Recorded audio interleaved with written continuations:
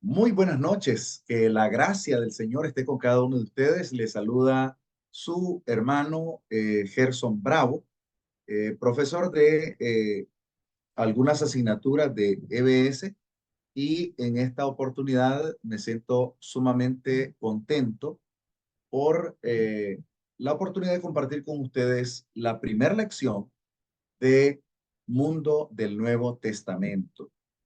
Es natural para esta lección, para este módulo, tomar en consideración, uno, las asignaciones que se les va a solicitar, los materiales que se requiere que lean y sobre todo tomar muy en serio lo que implican materias como estas. ¿Por qué?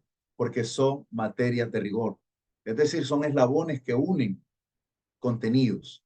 Y tuve la oportunidad de compartir con ustedes Mundo del Antiguo Testamento. No sé si algunos de ustedes se acuerdan.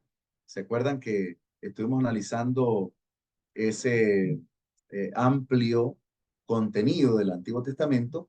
Y esta vez tengo la fortuna de compartir la primera lección de la serie que vamos a estudiar juntos todos los lunes, toditos los lunes. Vamos a estudiar eh, Nuevo Testamento.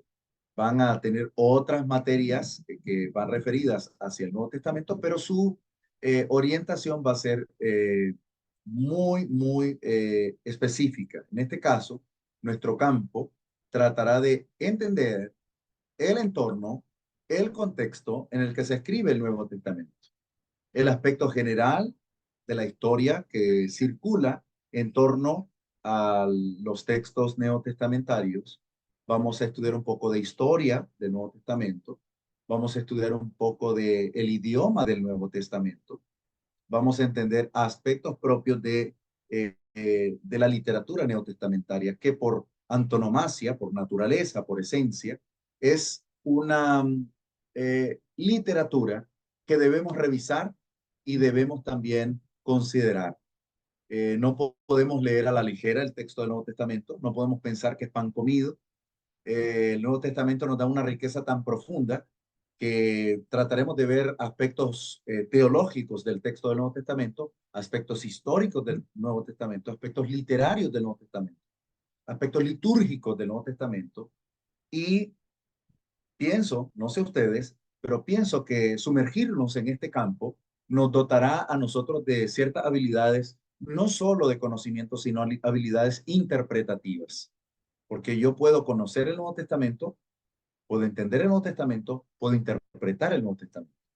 No estoy estudiando en sí una carta de Pablo o una carta de Pedro o una epístola universal, sino que vamos a encaminarnos al desarrollo de la naturaleza del Nuevo Testamento y cómo fue esta estructurada, o sea, cómo fue desarrollada, cuánto abarcó, su idioma, cómo era.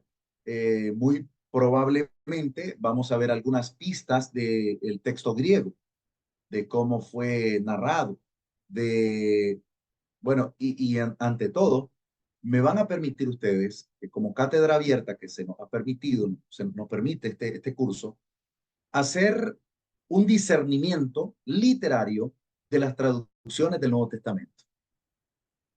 Nos va a permitir también comprender que Dios no se equivoca, pero los traductores son humanos, tan humanos como nosotros. Y entonces vamos a revisar qué propuestas tenemos respecto al Nuevo Testamento, qué versiones del Nuevo Testamento se pueden considerar, qué elementos importantes podemos tener y aprender, aprender que no hay uh, un solo documento de lo que nosotros conocemos como Nuevo Testamento.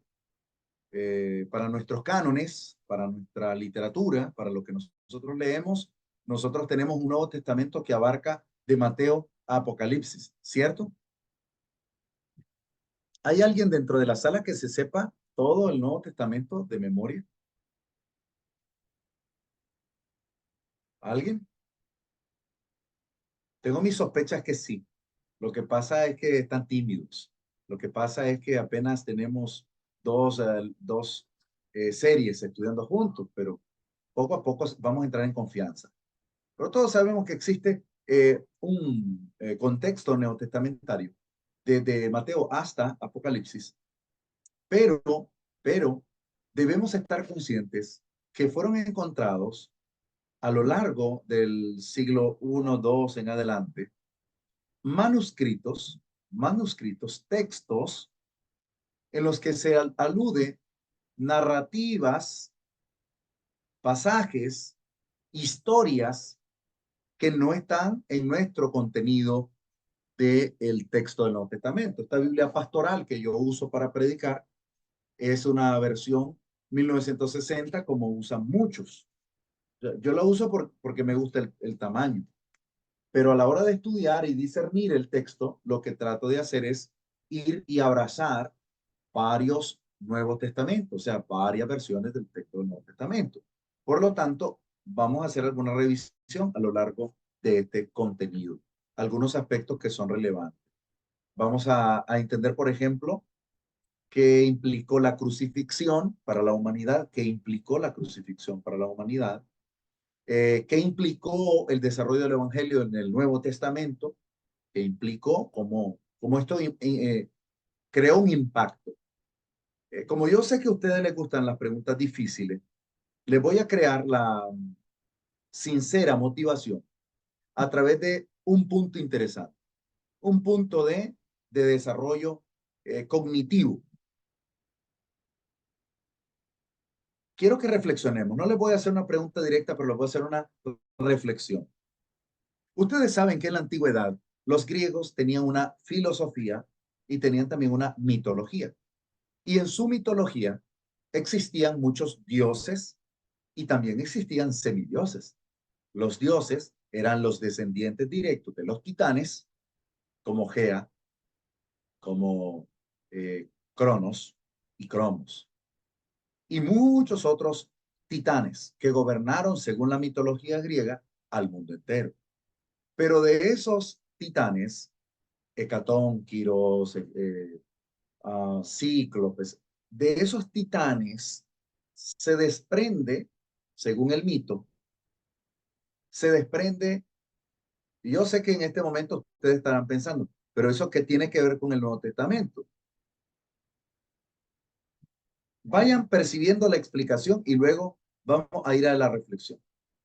Si en la mitología existían dioses del Olimpo que descendían a los hombres y de ahí surgían sus hijos, a estos llamados semidioses, ¿cómo le explica un cristiano a la ciudadanía griega que Jesús es el hijo de María, pero que a su vez es el hijo del Espíritu Santo?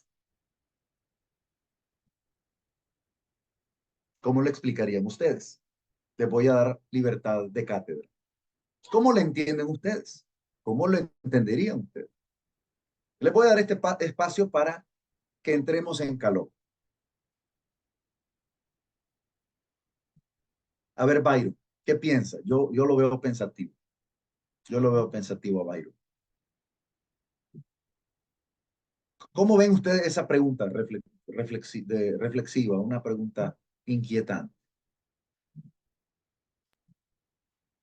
Buenas noches, hermanos. Eh, Bendiciones. pues estaba analizando la pregunta y según la mitología griega, pues ellos creen en muchos dioses y entonces un cristiano al ir y hablarle de esa manera de que Jesús es hijo de María y a la vez el Espíritu Santo, eh, pienso que un cristiano tendría que estar bien preparado, bien estudiado tanto de cómo son los supuestos dioses de la mitología griega y cómo es en sí Jesús y darle una explicación y según los argumentos de los griegos contrarrestarlo o sea, con sus propios argumentos también. Y es que ese es un dilema, ¿cierto? Es un dilema del cual los cristianos tenían que lidiar. Ellos tenían que lidiar con principalmente cuatro difíciles aspectos con los cuales lidiaba la iglesia. Y de estos cuatro, ese era uno. Ese era uno. Ellos consideraban, el mundo pagano, que los cristianos eran parecidos a los griegos. O sea, ellos son, según ellos tienen a un semidios. Ellos tienen a una suerte de Heracles. Es el Hércules griego, el Heracles griego y el Hércules latino. Es como si María jugara la función de las esposas de Zeus. O sea, esa es la concepción, la cosmovisión pagana. Entonces, sacar esa idea, sacar ese principio de la mentalidad de los griegos y peor aún de los judíos que decían, este dice ser Dios, pero es humano. ¿Cómo puede ser humano? Y Dios, este es blasfemo. Este hombre dice blasfemias, miente, porque alguien tiene que estar equivocado y seguramente este es Jesús. Otro panorama que se puede apreciar haciendo un análisis del tema es qué es lo que podría girar en torno a la naturaleza de Jesús, a la esencia de Jesús. Yo no estoy diciendo que ustedes inclusive no vayan a tener sus propias concepciones o ideas al respecto. Quizá este tipo de reflexiones mueva las columnas ideológicas que están en nuestra mente. Pero nosotros siempre hemos oído y hemos creído. O sea, oímos y creemos, pero no siempre analizamos, no siempre nos cuestionamos, no siempre nos ponemos a pensar en elementos que van más allá. Ahora, algo que se pone un poquito turbio, o sea, extraño en el texto, y esto no lo crean, sigo pensándolo, sigo quebrándome la cabeza. ¿Recuerdan ustedes sobre el tema de nuestro Señor Jesucristo? ¿Recuerdan ustedes que ya José no quería quedarse con María? Ya él ya no quería quedarse con María. Eso no sé si ustedes lo puedan ver en perspectiva, pero eso sí es algo muy curioso. Y muy curioso porque José la había desposado.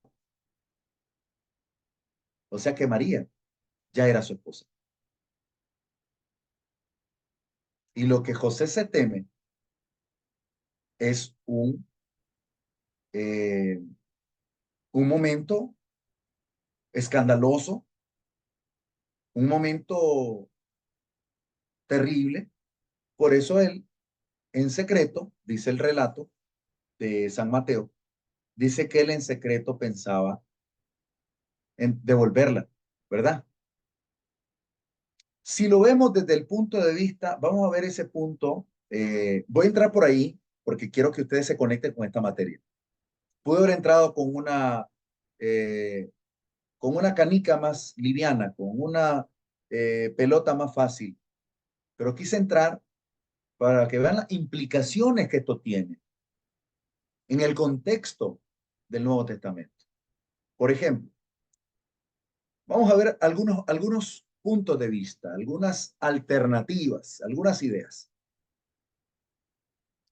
Dios, Dios, y aquí nos va a llamar mucho la atención, se lo voy a compartir probablemente la otra semana, la traducción griega de Primera de Timoteo capítulo 3 versículo 16, donde dice que Dios fue manifestado en carne. Pero antes de, antes de,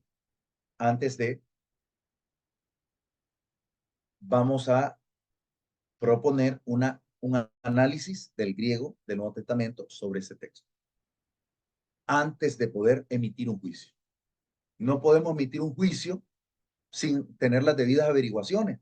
No hay un abogado en la sala que nos ayude, por favor, para que hagamos las indagatorias del caso, ver las evidencias del caso, para poder entender lo que pasa con Jesús en Mateo capítulo 1, versículo 21 en adelante.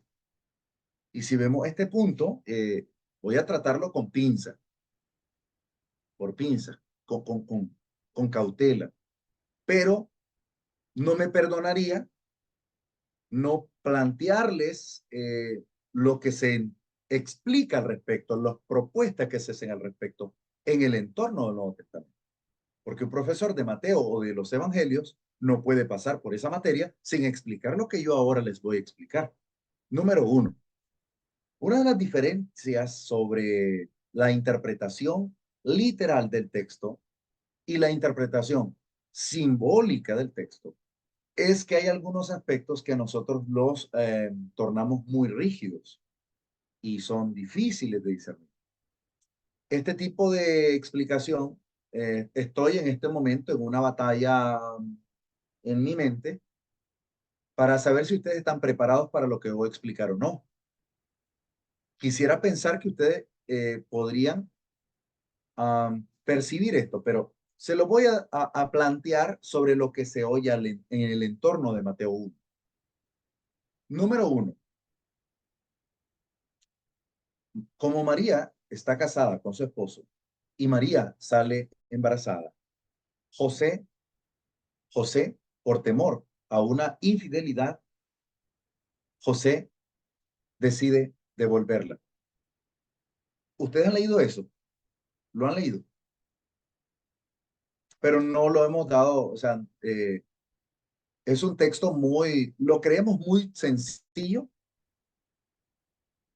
y a la vez muy difícil. Por eso no le damos vuelta. O sea, tratamos de ir, el intérprete bíblico o el profesor bíblico pasa sobre ese texto como quien camina sobre carbón encendido, como quien camina sobre brasas. No quiere pasar despacio porque se puede quemar. Pero el Nuevo Testamento es tan rico, tan exquisito, tan especial, que en ese texto, cuando leo ese texto, cuando veo ese escenario, puedo apreciar, y esto no quiero que ustedes eh, se encasillen o digan yo debo pensar así o yo debo razonar así. No, solo les estoy planteando. Permítanme plantearles. En cualquier caso, la muestra de en ese texto es cómo Dios va a obrar, cómo Dios va a obrar. Primer aspecto, ¿qué método ha usado Dios para la procreación? Esa es una pregunta de reflexión. Y denle gracias a Dios cuando le hagan preguntas para reflexionar. No preguntas para cuestionar en sí, sino preguntas para pensar. Porque una pregunta que te ayuda a pensar es una pregunta válida, una pregunta que vale la pena. ¿Cuál es el método que Dios ha usado para la procreación a lo largo y ancho de las escrituras? ¿Cuál es?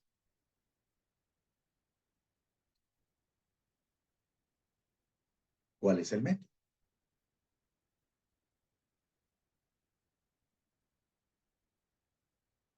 Todos tienen la respuesta, ¿cierto? Todos tienen la respuesta. Eh, que levante la mano alguien que no tenga la respuesta a la pregunta anterior. Significa que todos estamos entendiendo de lo que estamos hablando. ¿Quién fue el narrador de este tipo de textos? Fueron los discípulos y fueron personas cercanas a los discípulos. ¿Y qué surge cuando hay un acontecimiento sobrenatural? Se tiende a mitificar. O sea que se vuelve un evento legendario. O sea que se convierte en una narrativa a la que muchos sabrán más, menos de esa historia. Por lo tanto, el nacimiento de Jesús como acontecimiento sobrenatural, el narrador no lo sobreplantea. Simplemente dice lo que la gente decía en aquel tiempo. O sea que el narrador lo que hace es comentar No discernir, sino narrar lo que se dice de Jesús, lo que se oye de Jesús, lo que se plantea de Jesús. Por eso es que en el Nuevo Testamento, cuando se habla de Jesús, van a entrar muchos panoramas que trataré de ir poco a poco tratando, porque es el centro del Nuevo Testamento. Jesús es el corazón del Nuevo Testamento. Aquí no vamos a ver cuántos capítulos tiene el Evangelio de Mateo, cuántos capítulos o versículos tiene Hechos. No, no, no. Vamos a discernir aspectos propios de lo que la gente en el Nuevo Testamento pensaba. Y en el Nuevo Testamento se pensaba o se decía que Jesús, como hijo de Dios, solo puede ser engendrado por el Espíritu Santo. Como hijo de Dios, solo puede ser engendrado por el Espíritu Santo. Ahora, en el Nuevo Testamento, siendo José un santo varón, un hombre de Dios, y María una mujer selecta, la concepción de Jesús es la menor de nuestras preocupaciones. Es el menor de los dilemas. Porque nadie cuestiona a Juan el Bautista por ser Juan el Bautista. Pero Juan el Bautista es el reflejo de Elías. A Enoc, que caminó con Dios, nadie lo cuestiona por su naturaleza o por su padre o por su madre. Ni siquiera se le cuestiona, se le aplaude. Y asimismo a todos los personajes relevantes del Antiguo Testamento. Ahora en el Nuevo Testamento, Jesús era siempre un objeto de estudio, un objeto, un principio de análisis. Y en algunos casos, en el peor de ellos, de cuestionamiento. Pero en el caso de Jesús, lo que sí podemos analizar es que su vida, su propósito fue inquebrantable, fue santo, fue puro, no se contaminó y muy por el contrario, antes de ser contaminado por el pecado de la gente, Él los purificó, Él los santificó, Él les brindó la salvación. ¿Qué lo hace a Jesús trascendental en todo nivel? Su acción en el ejergetai, su acción en la resurrección. La palabra ejergetai significa ser levantado por. Ejergetai es distinto a la acción de morir. Levantarse cuando, por ejemplo, se resucita a alguien, cuando alguien es resucitado, es como despertarse. Esa es la palabra. Cuando alguien es resucitado, se despertó. Y cuando muere, la palabra es dormir, es dormir. La palabra tiene mucho que ver con el tema del sepulcro, ir a dormir, ir a descansar de sus labores. Pero resucitar, cuando Jesús se le resucita, cuando Jesús resucita, el texto bíblico dice que fue levantado por. La palabra jergetai es, Dios levantó a Jesús de entre los muertos. O sea, su padre lo levantó de entre los muertos. De hecho, el texto literalmente dice que el Padre o Dios levantó de los muertos a Jesús. Por eso, el tema de la resurrección de Jesús será un tema de estudio a lo largo de esta materia porque es un tema recurrente en el Nuevo Testamento. Hermana, por favor. Ese es como en el caso de Lázaro, que el mismo Jesús dijo que Lázaro dormía y Exacto, él lo exacto, despertó. Y lo exacto. otro es, hermano, que también es cierto, porque lo que usted dice que el Señor fue objeto de cuestionamiento, de rechazo.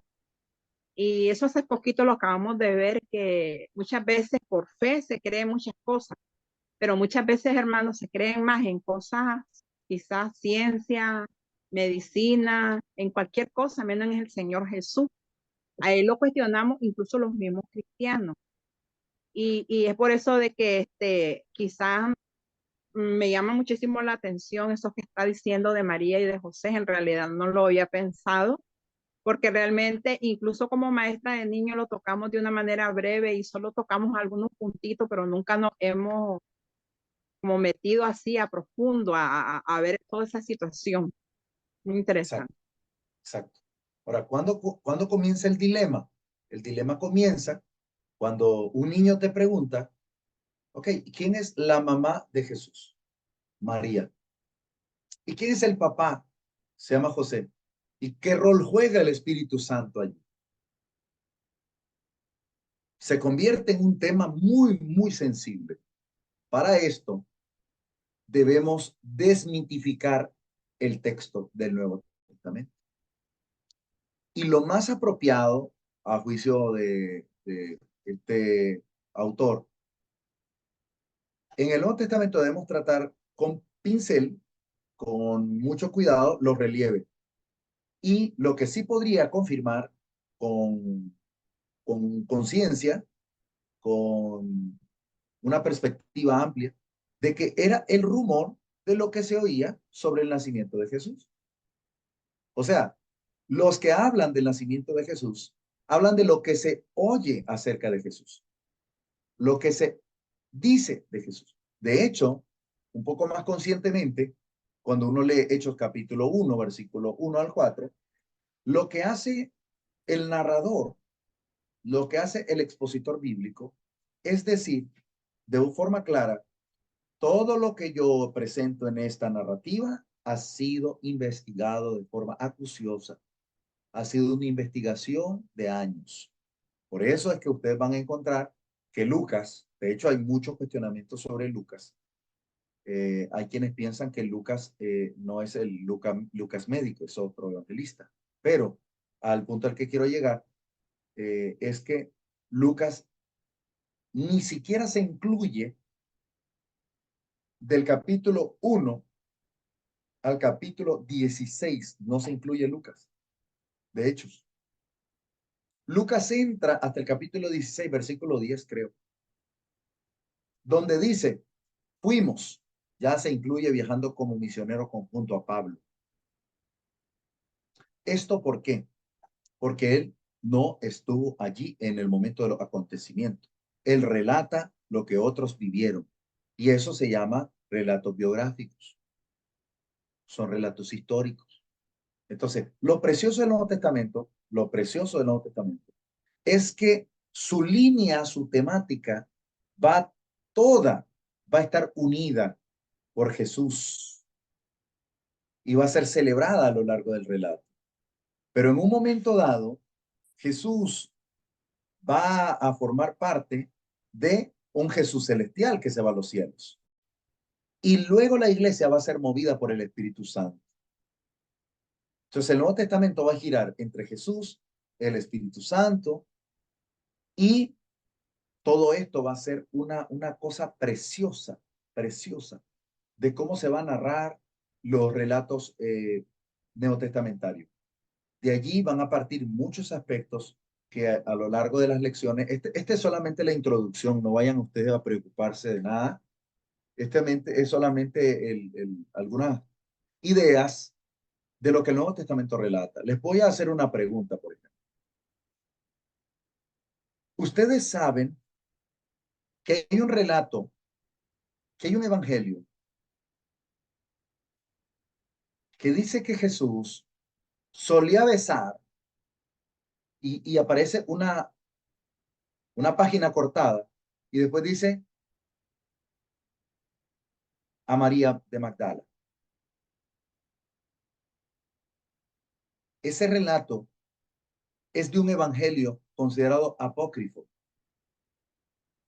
Y ese es el evangelio de Felipe, capítulo 2, versículos 18 y 19.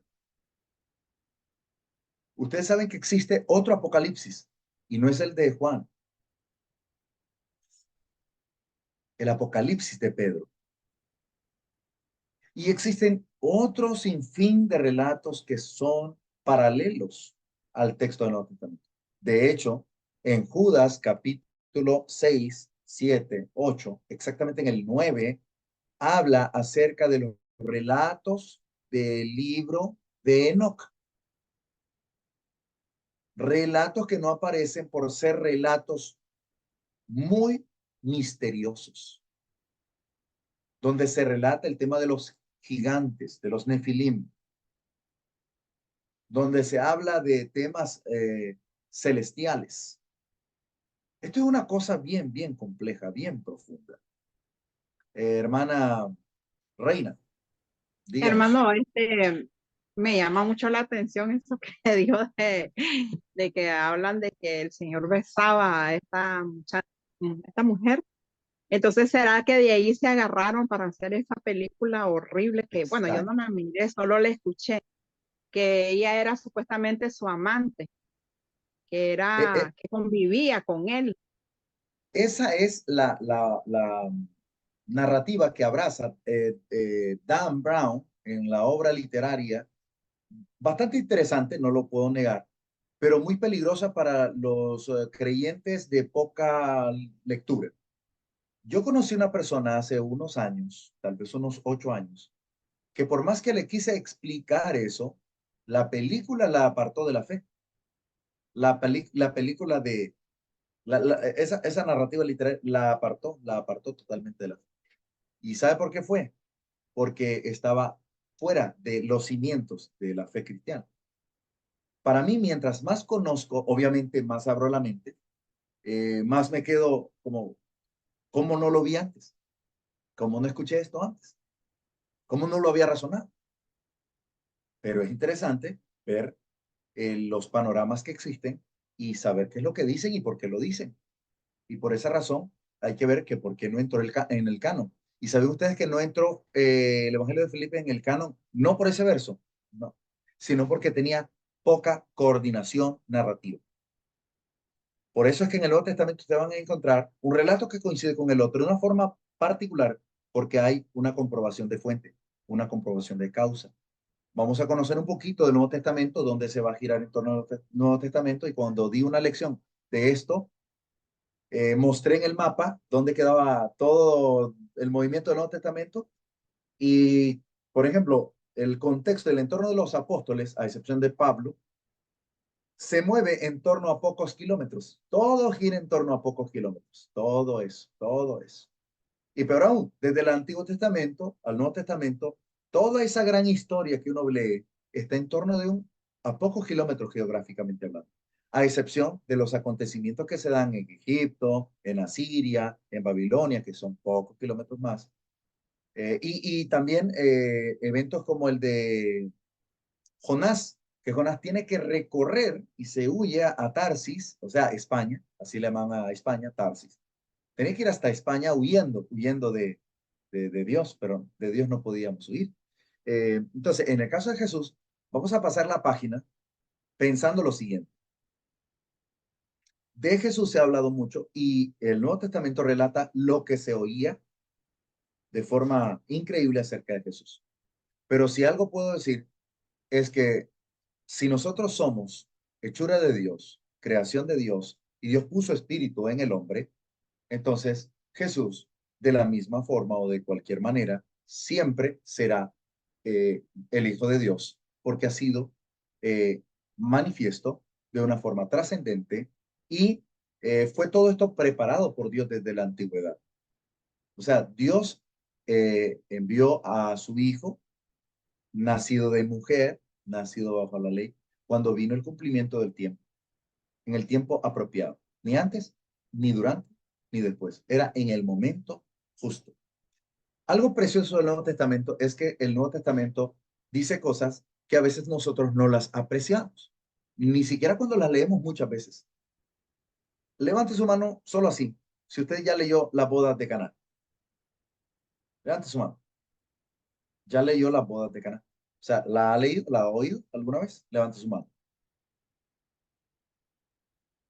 Si no ha oído ni ha leído las bodas de Caná, entonces le recomiendo que lea San Juan capítulo 2. ¿Alguna vez le han preguntado a ustedes, verdad que no es malo echarse sus tragos? ¿Verdad que no es malo? Porque Jesús se empinó a la botella. Jesús se agarró su copita. Y no solo eso, sino que les dio a beber a la gente. ¿Verdad? ¿Verdad que sí? ¿Saben qué siento yo cuando una persona interpreta así el texto? Tristeza.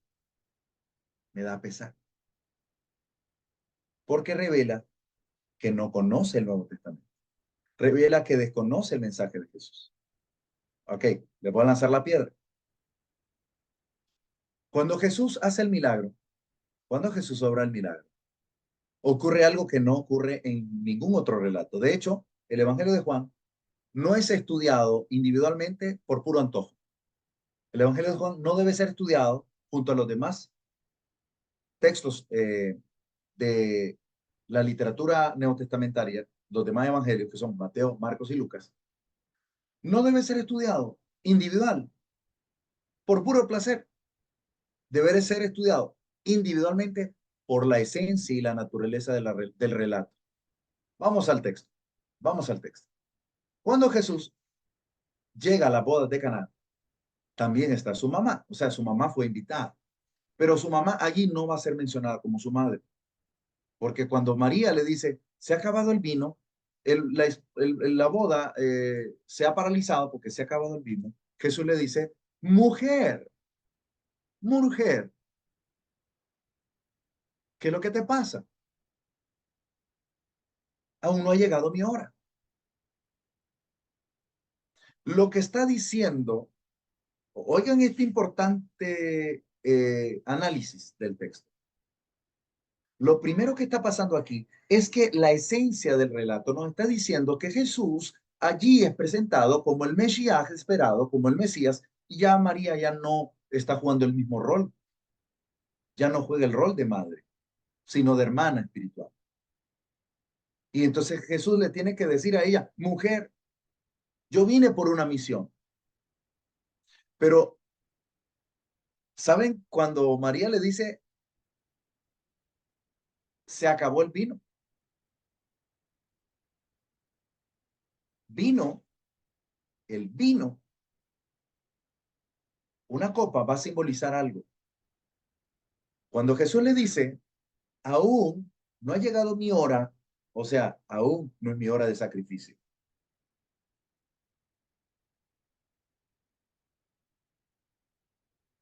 Vamos a ir paso a paso. Aún no es mi hora, no es mi hora de morir. ¿Por qué me estás insistiendo?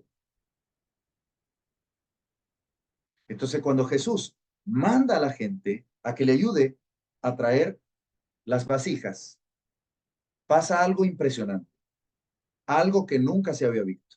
Un vino nuevo, un vino bendito, un vino que viene en un envase especial y que cuando la gente lo prueba, dice, este vino no embriaga. Este es un vino especial. Este es un vino que es un deleite. Este es un vino nuevo. Cuando se da este acontecimiento, la gente que prueba el vino, en especial maestresala, el acontecimiento quiebra totalmente la historia de una forma normal. Ya no es una historia normal.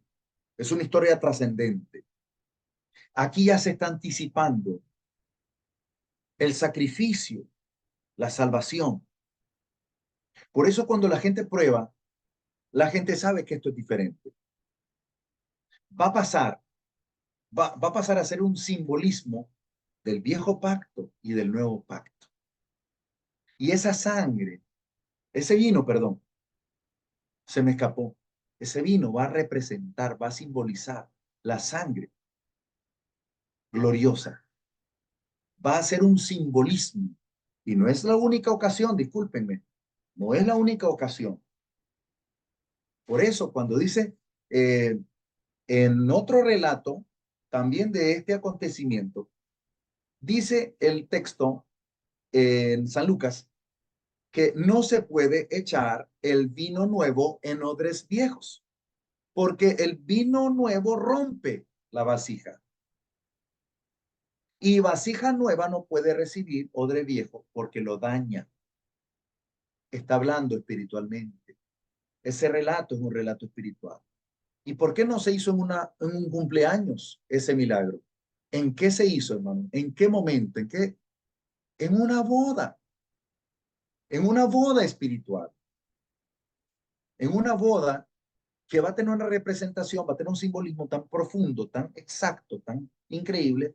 Por eso es que San Juan no podemos leerlo como quien lee una historieta, como quien lee un pasaje común. No, no. San Juan está lleno. Por eso es que han oído ustedes que dice que San Juan es el apóstol teólogo. Es por eso que estamos hablando. ¿Recuerdan ustedes el relato de los 5.000 cuando están allí apostados esperando el milagro de los panes? ¿Alguien sabe cómo se dio el milagro? ¿Alguien sabe cómo se dio el milagro? Esa es la pregunta.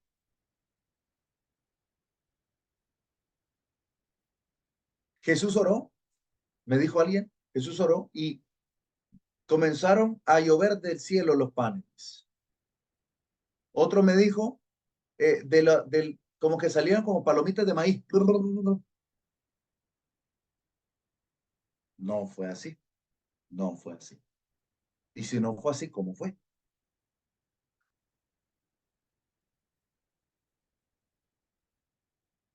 Se lo resumo. Los discípulos debieron partir los panes y compartían. Cortaban, daban, cortaban. Lo raro es que el pan que quedaba se volvía a crecer. Se volvía a crecer. Ese es un relato que lo leen desde niños, ¿cierto?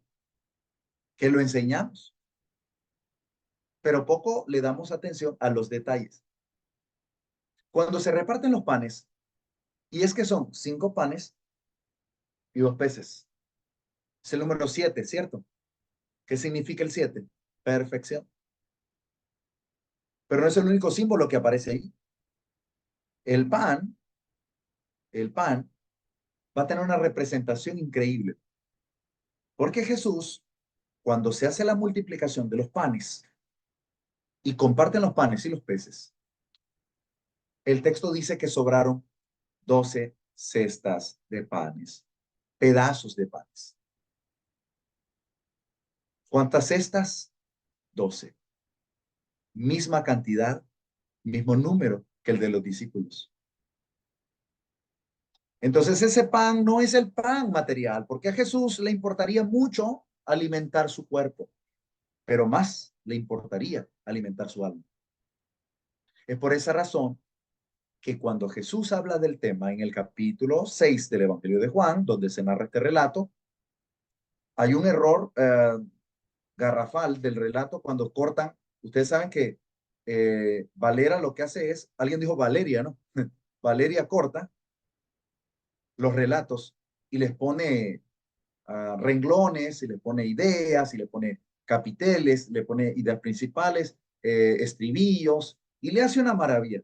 Él le pone muchos detalles que no son necesariamente originales del texto. El texto es un solo relato, y en el relato solo, completo, sin divisiones, leído de pie a cabeza, el capítulo 6, no por nada dice, yo soy el pan vivo que descendió del cielo. Vuestros padres comieron el maná en el desierto y murieron. ¿Quién es el pan de vida? Jesús. ¿Qué comió la gente allí? Comió el pan de la enseñanza. Participó del evangelio. Y no solo eso, sino que Jesús los desafía a compartir el evangelio, a multiplicar el evangelio, a dar el evangelio a otras almas. Por eso después dice que el que come mi carne y bebe mi sangre tiene vida. Qué interesante es el evangelio de Juan. No me deja de sorprender. No me deja a mí espacio para pensar que San Juan es un libro sencillo de interpretar. Podría decir con toda la verdad, con toda la sinceridad, que es quizá un poco más difícil que Apocalipsis. Poco más difícil que Apocalipsis. Y ni les cuento la historia del capítulo 4, el de la mujer samaritana, o el capítulo 5, el de el hombre que no pudo ser sanado en el estanque. Pero a lo mejor y nos da tiempo en otra oportunidad, en otra ocasión, pero será como algo a estudiar cuando estudien el Evangelio de Juan, ¿cierto? Va a ser algo muy, pero muy interesante. Es enriquecedor pensar que la iglesia se desafió por muchos años con situaciones de contexto cultural, social difícil. Uno, la iglesia fue considerada incluso por parte oigan lo que vivía la iglesia.